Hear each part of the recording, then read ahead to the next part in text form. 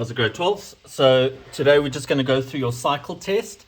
I will try and get each one of your scripts to you. It's just going to take some time taking pictures of it and then sending it to everyone, but I will try my best to do that. Okay, so let's go through question 1.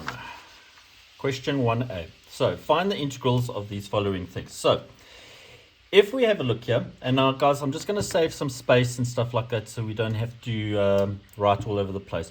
For this one over here, this is going to be x to the power of minus 1 over 3. Okay, so it's just easier to integrate. We don't want to integrate something like that. Right, so let's go into it. So the first integral, the integral of this, we're going to say that that is x to the power of 4. You add 1 to it, and then you divide the front by that new power. Then this one over here, we're going to get a negative. This one over here, just look on your formula sheet. So here we have sec squared. That's what they're asking, sec squared. So the original was tan. So I know that the integral of sec squared is tan. So we're going to get here tan x over 2. But now remember, if I differentiate this inside bit, so if we differentiate tan, we'll get the sec squared. Then we have to differentiate the inside. And if we differentiate inside, we're going to get a half. Okay. Do I have a half in the front here or in the original here? No, I do not. So I need to multiply by the reciprocal of that. So the reciprocal is 2. Right, then the integral of this. So I add 1 to that power. And if I add 1 to the power, I get 2 over 3. Then I must multiply by the reciprocal in the front there because we don't have a 2 and the 3 in the 2 over 3 in the front there. So we get 2 over 3 and it's minus. And please don't forget your plus c. All right, so that we can simplify to be a half x to the 4 minus 2 tan x over 2 minus 2 over 3 x 3 over 2 over 3 plus c. Sorry guys, mistake here. This should be 3 over 2. It's the reciprocal, 3 over 2. Apologies for that. Okay, moving on to the next one. We've got a function times a function. So we can see here that we're either going to be using like substitution or one of the other methods, like integration by parts or something. So if I have a look here, if I differentiate cos, I'm going to get sine coming out. Okay, don't worry about the squared. We'll sort that out in a second. So I'm going to use substitution here, and I'm going to say let cos 3x equals to u. Now, if I differentiate this u, I get du dx is equal to, the cos becomes a sine,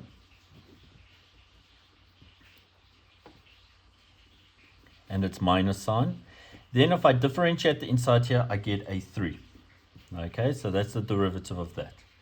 Then, if I get the sine 3x on its own with the dx up here, then I have the sine 3x dx and I can use my substitution.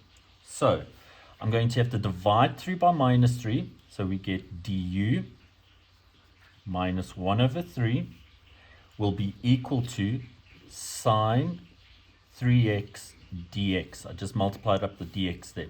Okay, and have a look there. We have our sine 3x dx, sine 3x dx. So I can substitute those two things to be that.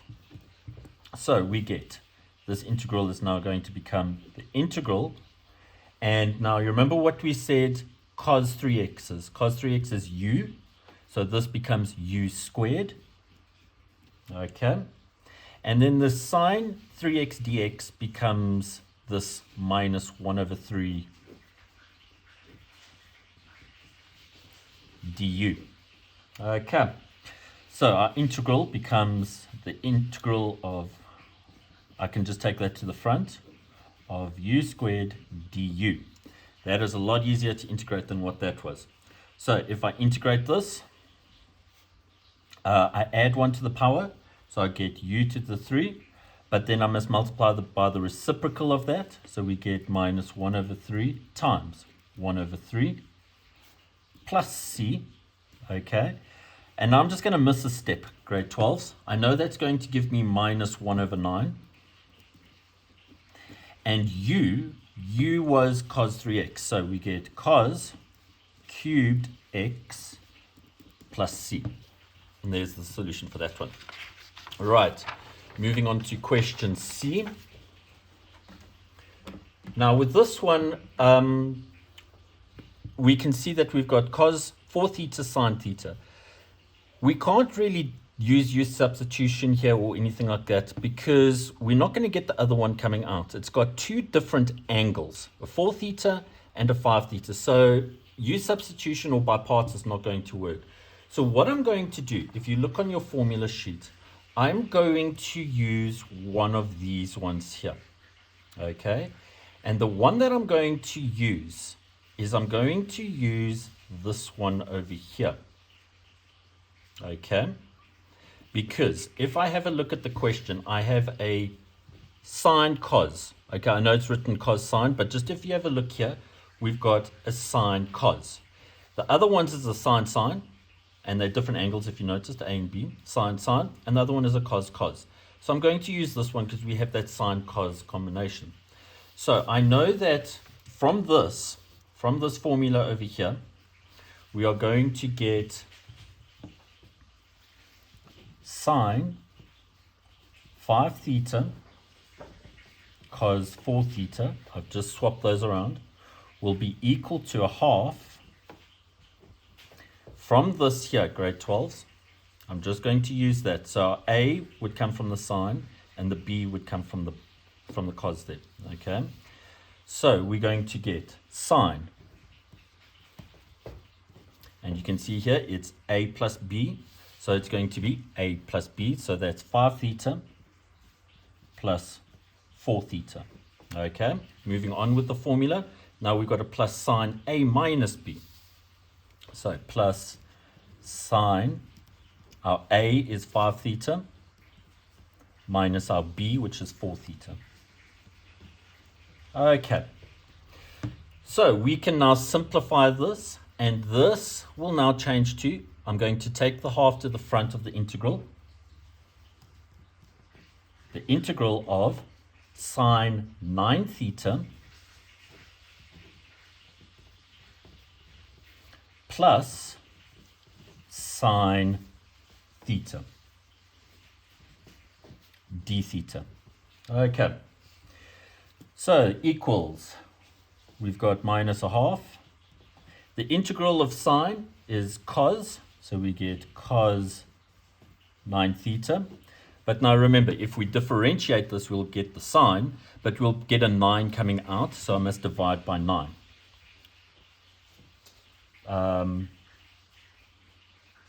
So minus, because the integral of sine is minus. So this would now become a minus a half.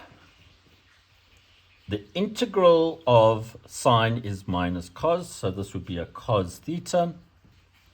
We don't have to divide by anything because it's just 1. So plus c, I can simplify that a little bit further. So we get minus cos 9 theta over 18 minus a half cos theta plus c. Okie dokes. So moving on to the next one, we've got the integral of y, the square root of y plus 3 dy. Okay, so let's have a look at u substitution. If I differentiate this one, the first one, I'm getting 1. That's not going to help us. If I differentiate the inside here, I'm getting 1 again, so that's not helping us. So what I'm going to do is I'm going to try and use by parts, okay? So I make u be equal to the easier one, and the easier one to differentiate would be the y. and then we got our u dashed, then we got our v dashed, and then we got our v. So because we've chosen that one, this one here has to be the other one. So we got y plus 3 to the power of a half. So the integral of this, because that's how we go from the derivative to the next, we add 1 to this power and we get 3 over 2. Then I must just multiply by the reciprocal in the front, which is 2 over 3. Okay. So remember how by parts works. We're going to take this times this. So we get y multiplied by 2 over 3 y plus 3 to the power of 3 over 2 minus the integral of this times this. Oh, sorry, the derivative of this is 1. So that times that is going to be 1 times 2 over 3 y plus 3 to the power of 3 over 2 dy. Okay, this one is easy to work out. We just get 2 over 3 y plus 3 over 2 minus, okay, so let's have a look, see here. We've got this 2 over 3 in the front. Okay, now if I integrate this one, I add 1 to the power. So we get y plus 3. If I add 1 to the power here, I'm going to get 5 over 2. I need to multiply by the reciprocal of that. Okay, and that's multiplied. Then plus c. And now we can just simplify. So we get 2 over 3 y plus 3 to the power of 3 over 2 minus 4 over 15 y plus 3 to the power of 5 over 2 plus c. Okay, don't forget your plus c, guys. Done. Right, moving on to the partial fractions. Okay, so the question is resolve into partial fractions. So you guys should know that your method is, we need to factorize this bottom bit first to get it into its product. So at the top we have 3x squared plus 11x minus 5 over. If we factorize this, okay guys, this should come from your remainder factor theorem to factorize this. And then x plus 2 squared. Okay. So we have a repeating root over there and we just have just the one there. So it's going to be a over x minus 1 plus b over the next root, which is x plus 2, plus c over the next one, which is going to be x plus 2 squared. Now, grade 12s, you need to know how to do partial fractions. The formula is not going to be given to you. There are a couple of criteria that you need to know in order how to do these, depending on what your roots are at the bottom here, or your factors are, rather. Okay, so all I'm going to do now is just multiply up by this, and then things will cancel.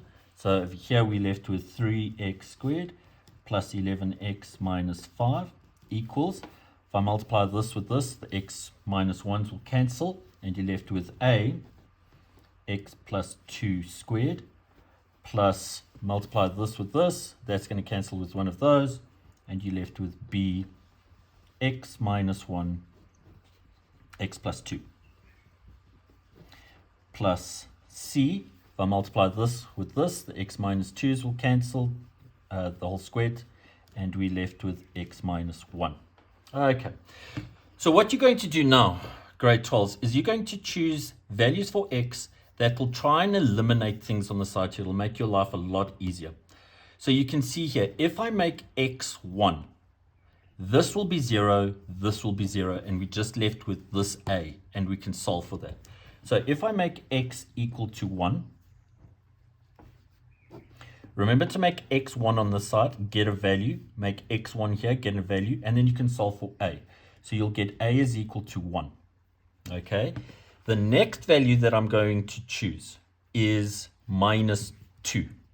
Because if I make x minus 2, this will be 0, that will fall away.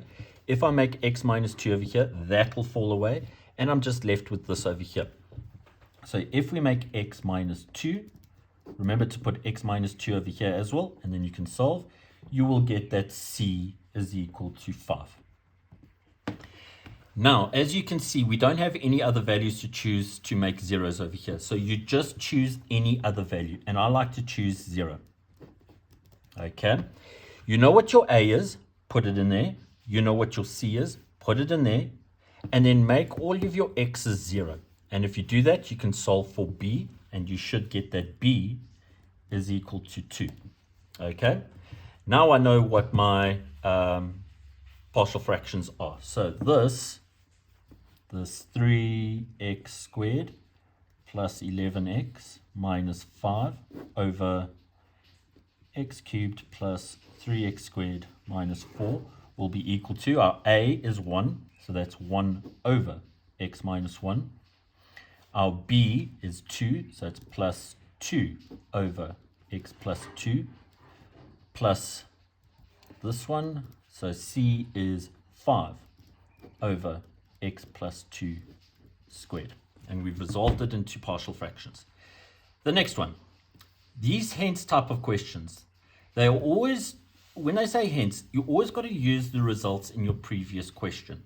Okay, so you can see now they're asking us to integrate this hectic looking thing over here. But we've just resolved that thing into separate fractions, and it'll make our lives a lot easier. So we know that this is going to be equal to the integral of this thing, which is this, is equal to this. So it'll be equal to the integral of 1 over x minus 1 plus 2 over x plus 2 plus 5 over x plus 2 squared dx. Okay, so let's have a look at your formula sheet. So if you have a look at your formula sheet, I'm looking at this one in particular, 1 over x minus 1. That looks very similar to that. Okay, now if we integrate this, you can see you're going to get a ln. And that is exactly what we're going to get over here. So this is going to be ln. And guys, please just make it a mod sign. Ln x minus 1. That is the integral of that one. This one over here, we're going to get plus 2. Again, we've got an x at the bottom. So this is going to be in this form. If we integrate it, we're going to get a ln. So this would be ln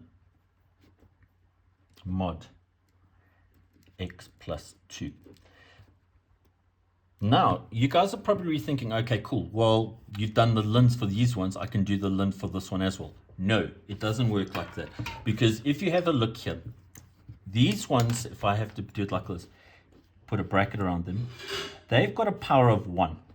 Okay? So, you remember what we do here is if we bring this to the top, it'll be x minus 1, all in a bracket to the power of minus 1. Then you add 1 to that power, and you'll get 0. Okay? So that whole thing becomes 1. That is not what we differentiated to get to that. So that is why we make it ln, because it's got the power of 1. With this one, we can just integrate it directly. So this, if I write it like this, would be 5x plus 2 to the minus 2. That I can add 1 to, and I won't get a problem. So if I add 1 to that, I'm going to get minus 1. Okay? So, and then I must multiply the front by the reciprocal of that. So we're going to get minus 5 over, now remember, if I add 1, I get minus 1. So I take it to the bottom, and it'll be x plus 2. And I'm just going to put the 1 in just so you can see that I added 1 to that. And that is your solution for that one. Okay. Moving on to the next one. Okay. It's saying here, the reflector behind a car headlight is made in the shape of a parabola. X is equal to 4y squared over 9. And it's drawn here, and you can see it's like almost like one of those old-fashioned headlights. Okay, and I can see that I have a bound here of x being 4, so our graph goes up to 4, and it also starts at the origin, which is 0. Okay, and it has a circular cross section. In other words, this front face here is a perfect circle. Okay. The first question, write the equation of the parabola with y as the subject of the formula. In other words, y is equal to. So if I multiply up by 9 and divide by 4, I get y squared is equal to 9 over 4x. Now I need to take the square root. So y is equal to, the square root of that is 3 over 2 root x. Now grade 12s, a lot of you left your answer like this. Okay, it is wrong. You must say plus or minus whenever you take the square root, because your plus arm or your positive arm will be that arm there. Your negative arm will be this arm here. So if you just left it without the plus or minus, what you're saying to me is you've just got the one arm. That is not correct. Okay, you've got both arms. All right, so that's that. The next question is saying, showing all working, calculate the volume of the headlight. Okay, so we know that the volume formula is going to be V is equal to pi, the integral of the function squared. Okay, so we know that we got V is equal to pi, the integral, and our function that we've got now. Now, this is where I'm only going to use one arm. So if I ignore this arm and just focus on the positive one, you remember what we're doing. We are going to rotate this like this. Okay, and you will see if I rotate that top arm, I will get my three-dimensional shape like that. So that is all I'm going to do. Is I'm just going to focus on the positive arm. So we get 3 over 2 root x. And remember that is squared, dx. So what we're doing here actually is we're saying pi r squared. Okay, and we're flipping it around. And that is why we're squaring that. So what I'm missing now is I'm missing my bounds. And if we go back to our drawing here, our diagram, we can see our bounds are going from 0 up to 4. So my lower bound would be 0. My upper bound would be 4. Okay. So I'm going to square this. And if I square 3 over 2, I'm going to get 9 over 4. So I can take that in the front, 9 over 4 pi. And we've got the integral of this. If we square a square root, we're just left with x dx going from 0 to 4. Okay, so if I integrate this, I'm going to get 9 over 4 pi x squared and divide by the reciprocal, and it's going to be from 0 to 4. Put this on the calculator, and remember how you did it, guys. You plug in this one minus plug in that one. Okay, so it's sub top minus sub bottom. And if you do that on the calculator, you will get 8. Multiply that in there and you get 18 pi units cubed. And that was your cycle, guys. Thank you very much.